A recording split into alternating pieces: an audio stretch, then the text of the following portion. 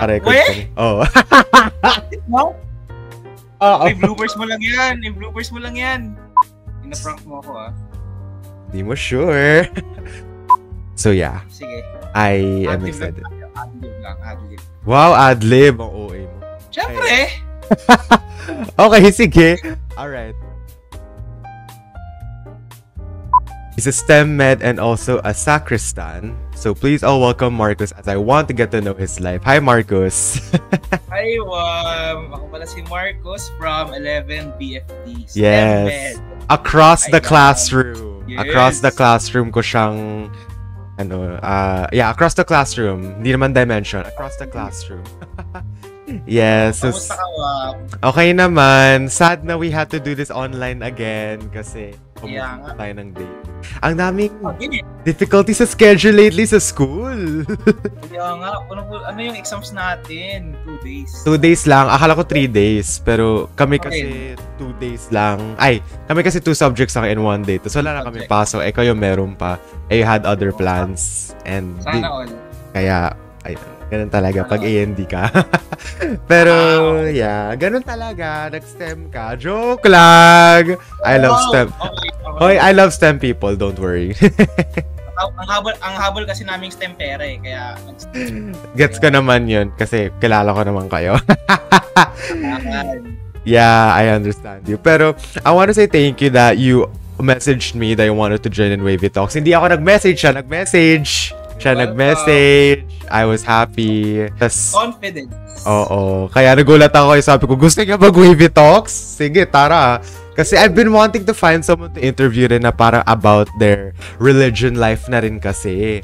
And ikaw, opportunity, nandito ka. Sabi ko, sige siya na lang kasi I was finding people. Kaya, buti na. Parang gano'n. Tinawagan ka ni Lord. Tinawagan ka ni Lord. Ay, nako. Totoo yan. True yan. Pero, sabihin ko to pero hindi ko lalagay sa vlog. Pero alam mo ba nung time na nag-message ka, may issue pa ako nun. May issue ako sa school nun Kaya nagulat ako nag-message kay. Yun no. Ayan. Buti na lang. Okay pa ako nun. Well, so let's start. I wanna ask, how's life recently for you naman? So, I can say na namamanage ko naman. May times na halos stress na nga ako. Hindi ako nakakatulog minsan kasi, well, being a STEM student,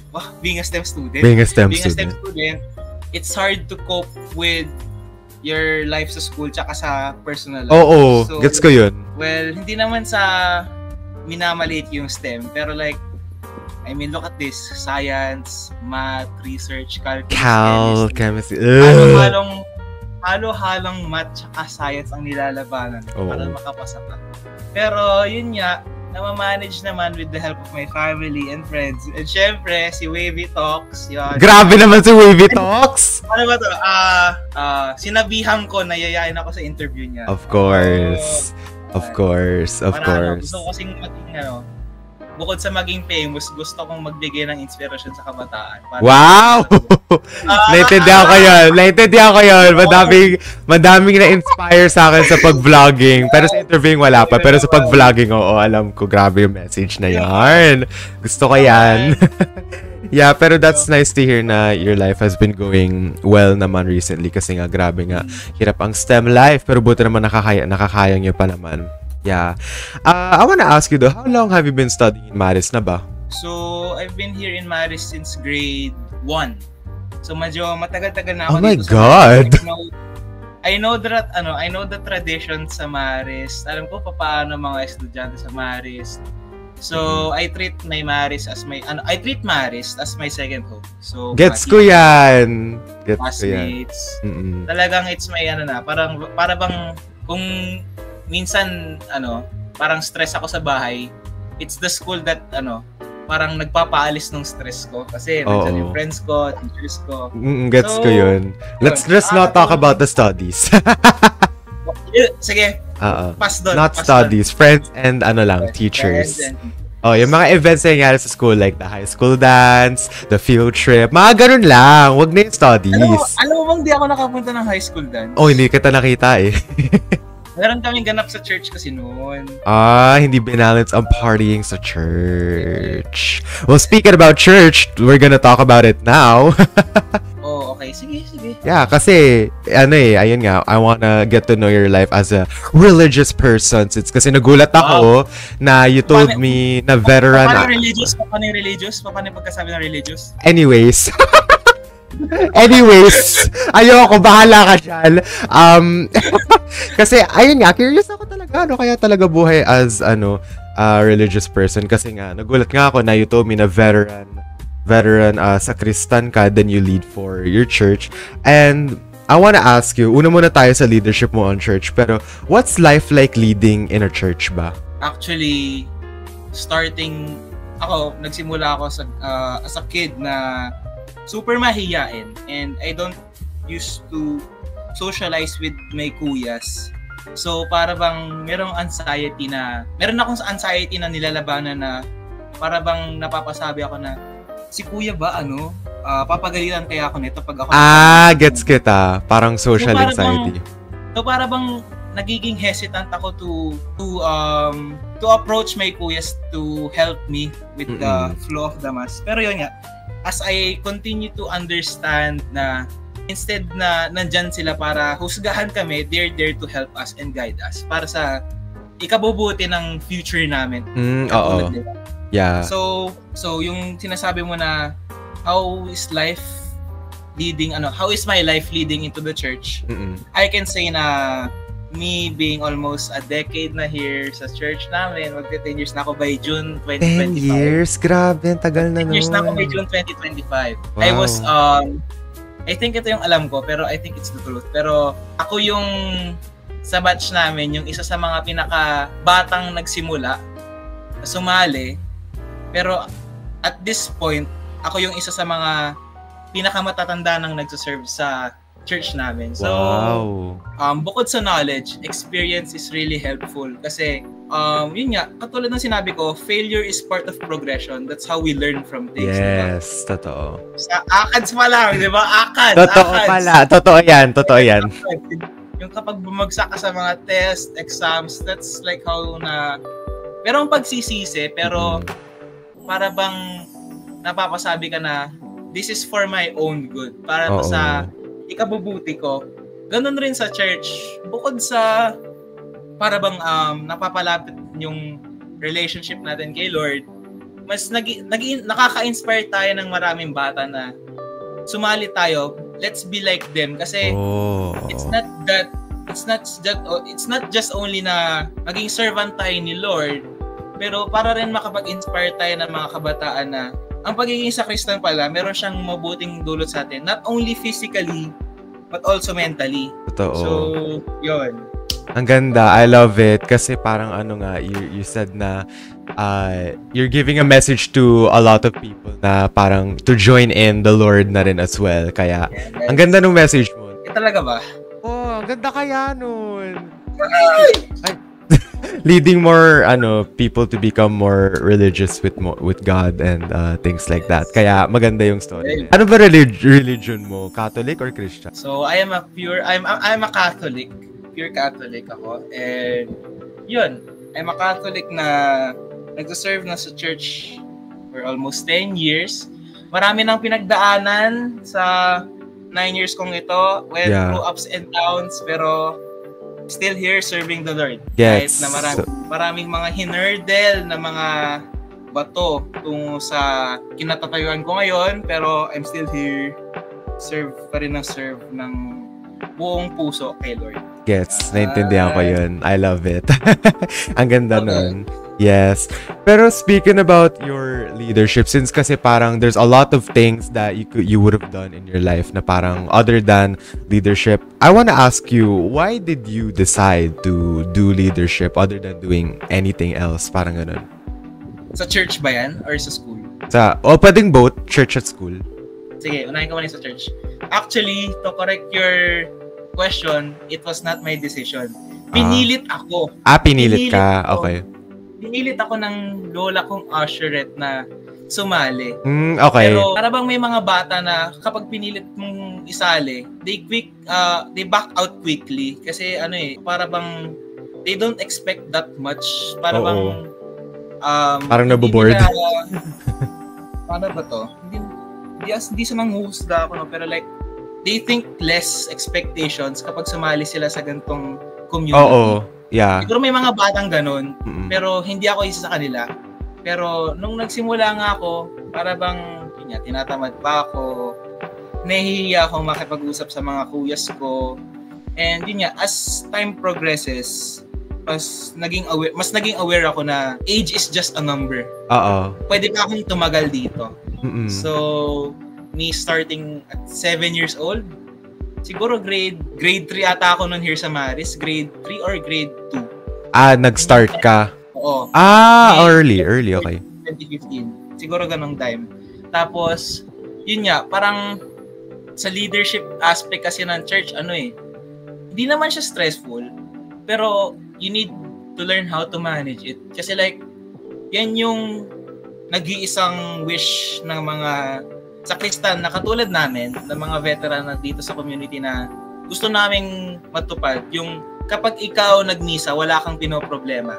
Alam lang mga bago-bagong bata yung gagawin, alam nila yung mga gamit na kailangan ng mga pari sa mass. Yun yung nag-iisang parang wish namin mga veteran na itong batang to marunong na. Itong isa alam na yung gagawin. Ito alam na yung mga gamit sa mass. So yun yung aspect of being a leader in the church. Kailangan confident and as well as yung patience kasi may mga bata talagang, kulit. Well, sa ngayon, I currently handle I'm currently handling brothers sila, dalawa silang magkapatid sila. Tapos yun nga, medyo makulit pa. Yeah. Pero they'll grow out of it naman. Yeah. Pero ganito kasi yan. Once na nag-retire ako, sila they carry on our name. Oo. Namin ngayon. So parang sa Inyum's vocabulary, vocabulary.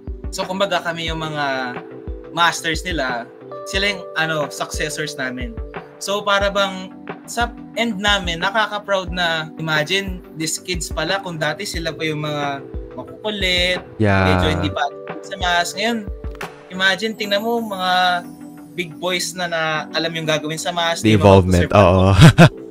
So para bang nakaka-proud, pinagmamalaki namin sila. So yun yung nakaka-proud of being a leader sa church. Talagang you have something to be proud of.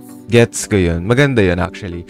Maganda yung when you started as a kid, parang you're learning the basics. That's when once you grow up, like the more skillful improvements na you need to do. Kaya I get your story there. Pero nung this school year ba sa Maris, have you na ba? Parang kita nakita.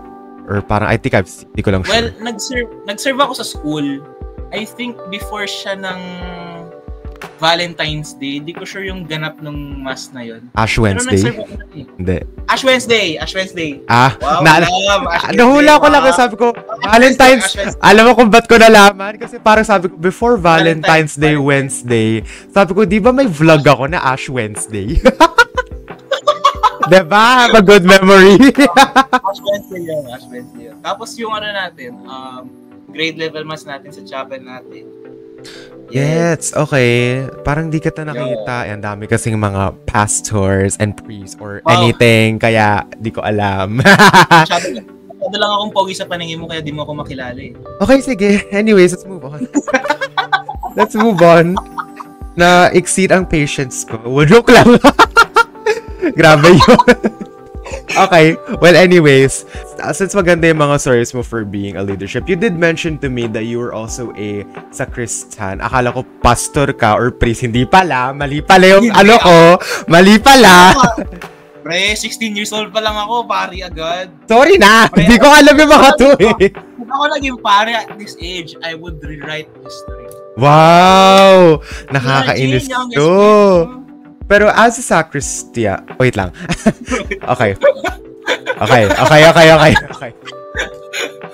Ano ba sabihin? Sacristan? Sacristan, okay. So as a sacristan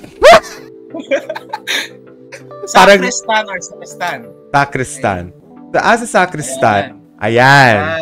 So as a sacristan, anong ginagawa mo dun? Sa church, basically, meron kami mga meetings na dinadayon na kung saan salitan kami ng schedule ng mga old and new members. Tapos, nagsaserve ako sa chapel namin and as well sa shrine sa St. Therese of the Child Jesus Parish. Amen. Katabi siya ng East Gate, yung sa may LRT, sa may SM Masinag, if alam niyo yun. Maliit lang kasi yung parang, gate niya. alam ko yun. Maliit lang kasi yung gate niya, so hindi siya masyadong kita. And nasa gilid siya ng overpass. Yeah. So, hindi mo basta-basta mapapansin. You need to slow down para makita nyo. So, to answer your question, ano nga ba yung ginagawa namin? So, basically, in short, tinutulungan namin yung pare and we serve the Lord.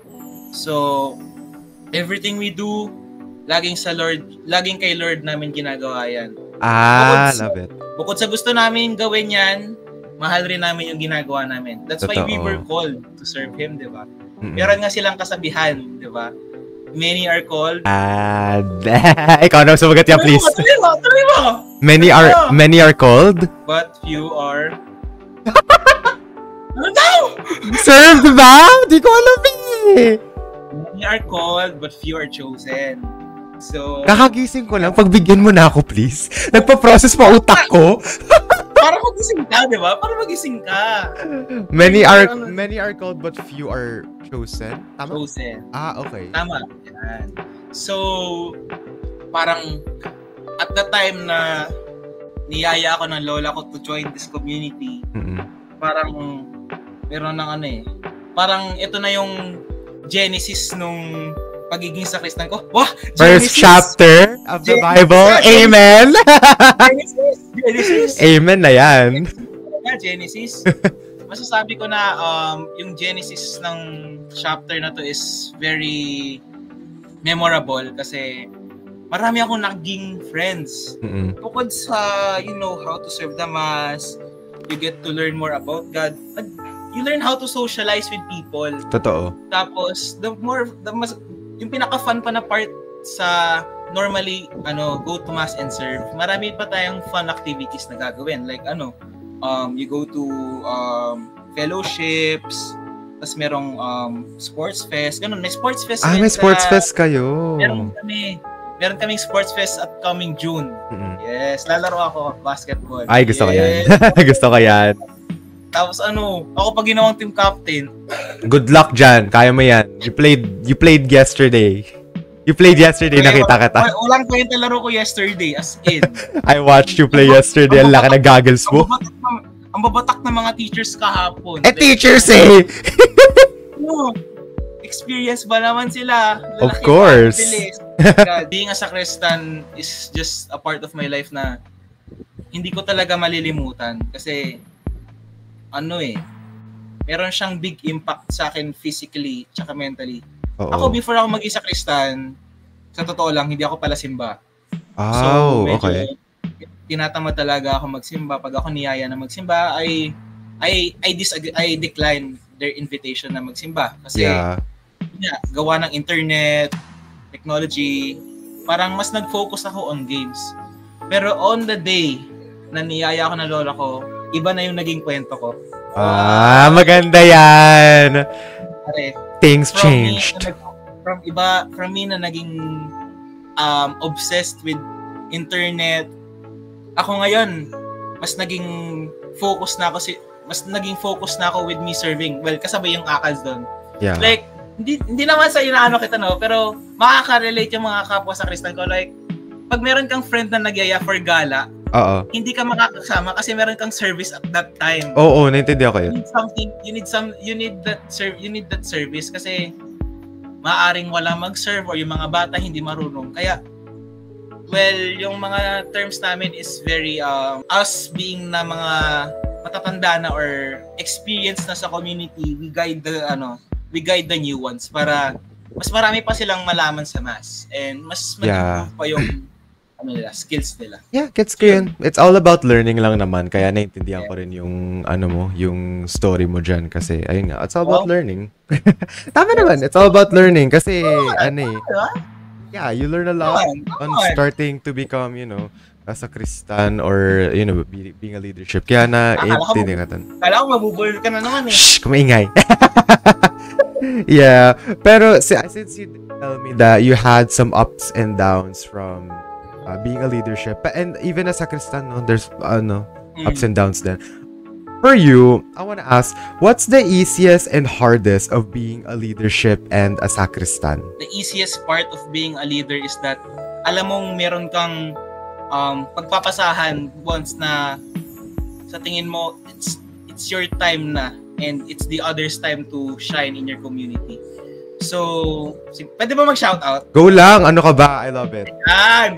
So, yun nga, no? Shoutout pala kay Tito Noel, ang napaka-pogi naming coordinator, as well as kay Tita Arlene.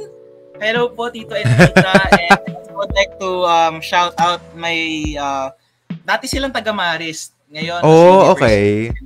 So, I wanna shout out Kenji, Eric, Gabo. Hi, guys. Hope they're watching. Guys, binabati kayo ng Maris School. Let's go! Tapos, yun nga, pwede ba mag-shout out? Go lang! Shout out I shout out Ethan, Carlo, Chris, Migs. Hello, guys. Nasa interview ako ngayon. Inspire kayo. Tapos, yun nga, to continue yung answer ko, the easiest part of being a leader here sa community is that you have meron kang successor, meron magtutuloy nung sinimulan mo once na nag-end na yung journey mo. Oo. So, well, iba yung perspective na bata ka pero hindi bata. 16 pa lang ako. 16 ka pa lang? Oo nga. Oh my God, you look, sorry, mukha kang 18. Well, oo, mukha kang 18. Magsi-17 na ako next week. Talaga? Mukhang 18 na. Oo nga. So yun nga, iba kasi yung dating na at a young age, pero parang senior citizen na yung service mo dun sa community. Oh, senior citizen? Talaga na sinabi ko kanina, it's just, parang pinilit ako pero tinuloy-tuloy ko eh. Oo. Na-enjoy ko talaga yung pagsuserve. Iba kasi yung part na gusto mong sumali, tapos iba rin yung pinilit ka pero tinuloy-tuloy mo. Oo. Mas maganda yung pinilit ka tapos tinuloy-tuloy mo kasi hindi mo siya gusto pero bigla mo siyang ginusto. Oo. Hindi mo ginusto pero bigla mong ginusto, di ba? So meron siyang kalagulat ako doon. Hindi ako huhugot. Mukha akong humuhugot pero hindi siya hugot. Ano po yun? It's a motivation. Motivation. Tama ka dyan. Pero talaga, that's the truth of being at sakristan. Yeah. Na ako, pinilit ako, tapos bigla akong tinuloy-tuloy. Parang alam ni God na kaya kong magtagal even though na nagsimula ako ng napakabata. Mm-hmm. Actually, short trivia, I'm actually going to serve 20 years. Oh, gusto ko yan. 20 years ko. 20 years ang goal ko.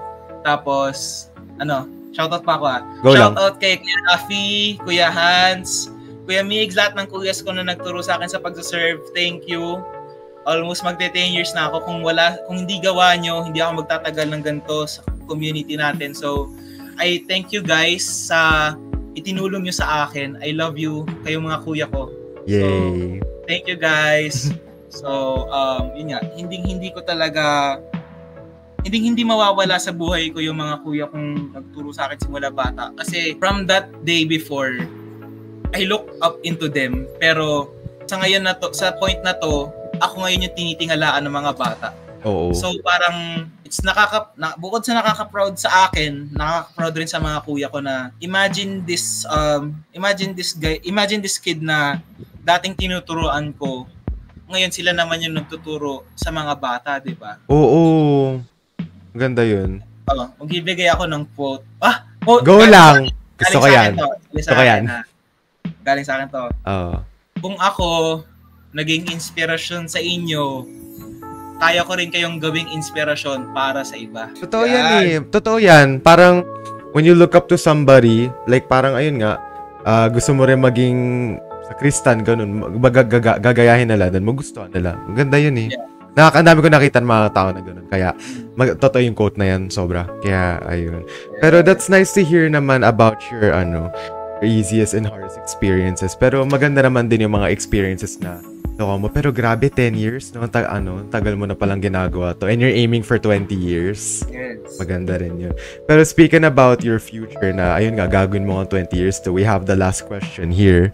And fun fact, 27 minutes na yung interview. Love Okay it. lang yan. Okay lang yan. It's a fine. Okay lang yan. Okay lang yan. Ang gulo ng buhok. Kanina ko pa inaayos to. Well, anyways. Oo na. Thank you. Gusto ko ng long hair. O nga pala, nagpagupit ka nga pala, no? Ako. Yeah.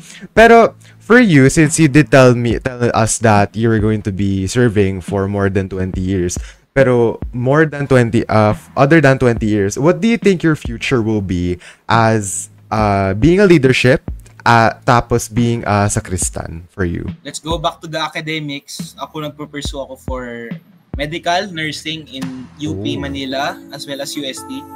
Mag-e-exam na ako sa August. So, yay! I'm gonna take review centers na, please guys. Pagdasan niyo yung pasadong exams ko sa UP Diliman sa August. Wala pa siyang date, pero in God we trust na lang. Totoo. Amen.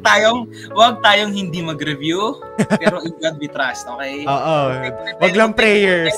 Wag take pa rin tayo na review center, basta prayer. Wag natin i-attract lang.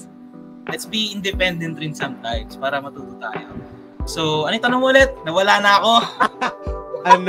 What is your future? What do you think your future will be as a leadership sa church with us as being a sacristan?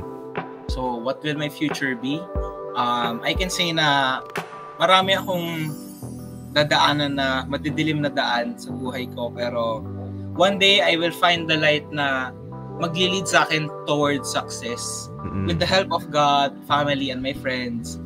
They're may parang sila yung shield ko eh. Sila yung espada ko to fight the demon that's stopping me from achieving my dreams.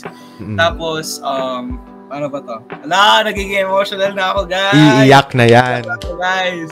Iyak na yan. Sobrang tagal kong to. Ang dami kong kwento, guys. Tapos, guys, being a leader might be hard at first, pero once you understand the role of it, you will really love it. True. So, yun talaga siya. Actually, ako sa school, I hate being a leader. Pero, parang na-accept ko na kasi my classmates look into me na, okay, si Marcus, he knows how to be a leader. He knows how to, kumbaga, guide his classmates towards this goal and in this accomplishment. So, being a leader is not just an easy task. It's a task that you must be proud of and be doing with all your heart and all your best. Kasi, yung pagiging leader, hindi siya basta-basta hindi siya basta-basta binigay sa'yo. Oo. Parang pinag-isipan talaga ng mga tao na you are a gay. Sorry. Tatagalin kayo. Okay lang. You are a person that will lead our community towards progression. Oh, Soksay. Shout out kay Sir Atienza dyan. Society and culture. Social culture.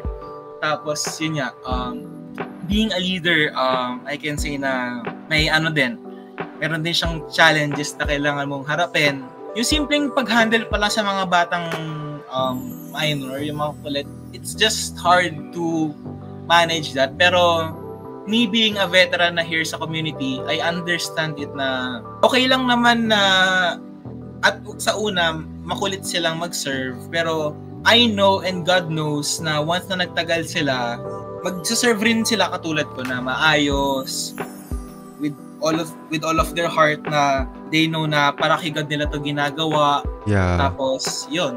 Parang pinagmamalaki nila yung pagiging sakristan. Actually, ang sakristan, sila yung may pinaka-tight na schedule kasi once na nag-log in ka sa isang schedule, you have to serve on that time. Oo. Hindi ka basta-basta pwede magsabi na hindi ako magsaserve dahil tinatamad ako. Hindi ako pwede mag-serve kasi may gala ako. Mm-hmm. So you need to serve on that time. Kasi bawal ka malate din. Yes, ang priority ko kasi serve, hindi gala eh. Tapos sa Friday, gagala. Ay, grabe! After school. After school. Gagets ko naman yun. Pag magiging a leader, ihalo ko na rin doon yung pagiging big brother ko. Big brother. Dalawang tao lang dyan sa community ko ang nakakaalam ng term na big brother. Hindi ko nababanggitin yung pangalan nila. Alam niyo naman kung sino kayo dyang dalawa. Cute. Silang dalawa yung parang nakita ko na okay, sila yung once na nag-retire ako dito, they are worthy to continue what I have started dito sa community. Yes. So, sila kasing dalawa yung sila yung tahimik eh. Kapag may meeting, nasa gilid sila. Tahimik. Oo. So, they don't used to socialize with people. Pero, ako yung taong lumapit sa kanila at nagsilbing parang uy bro, nandito ako, anong name mo? I want to learn about you more, anong hobbies mo, ganon. So parang you get to socialize with them, tapos yun nga, tinuruan mo sila sa paano sa mass. Yes. Nag-deepen yung bond nyo, yung chemistry nyo, yung friendship nyo, hanggang sa, yun nga, parang tiningnan ko na sila as may in Star Wars terms, ako yung master nila, ako yung master nila. Silang dalawa yung apprentice ko. Tapos parang silang dalawa lang yung nakita kong yung right hand man ko. Akala ko sabihin mo sana stormtroopers. Sila yung parang right hand man ko na I may not be that long here sa community, pero kayo lang dalawa yung bahala to continue what I have started. So, yung initials nung first names nila, shoutout kay letter C tsaka kay letter M. Yes guys, kilala niyo na kung sino kayo. Letter C, letter M. Makita niyo tong vlog ni Wam, subscribe kayo sa YouTube channel ni Wam. Aming interview si Wam dyan, panoorin nyo. Yeah. Bukod sa interview ko kay Wam, marami pa siyang mga past interviews that will inspire you. So I swear to God, panoorin yung mga interview ni Wam. I have like 60 interviews, so go. Out of 16 interviews, 60 is worth it to watch. Madami. Because with God, Wam can do anything. Ay! Grabe yun! Wow, grabe yun! Grabe yung sinabi mo! Grabe yun. Oh my God, Di naman, pero I guess as a person who handles 4 channels. 4 channels, grabe. 4 channels. Subscribe kayo sa lahat ng channel niyan. Sa YouTube, sa Facebook, follow nyo.